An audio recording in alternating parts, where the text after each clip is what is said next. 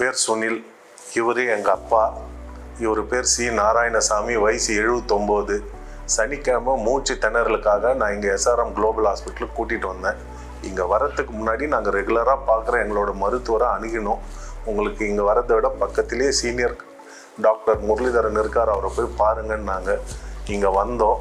இங்கே வந்தோடனே எமர்ஜென்சியில் மிஸ்டர் ஆனந்த் பாபு அந்த தலைமையில் எங்களை ரிசீவ் பண்ணி எமர்ஜென்சியில் நல்லா ட்ரீட்மெண்ட் கொடுத்தாங்க. ட்ரீட்மெண்ட் கொடுத்த பிறகு ஐசியூக்கு ஷிஃப்ட் பண்ணாங்க. ஐசியூலையும் நல்லா பார்த்துக்கிட்டாங்க சார். எல்லா doctors, cardiac doctors, Muralidharan sir team plus Aravind sir, அவங்க எல்லாமே நல்லா பார்த்துக்கிட்டாங்க. வந்ததை விட இவர் நல்லா இம்ப்ரூவ் ஆகியிருக்காரு. இப்போ வார்டில் தான் இருக்கிறோம்.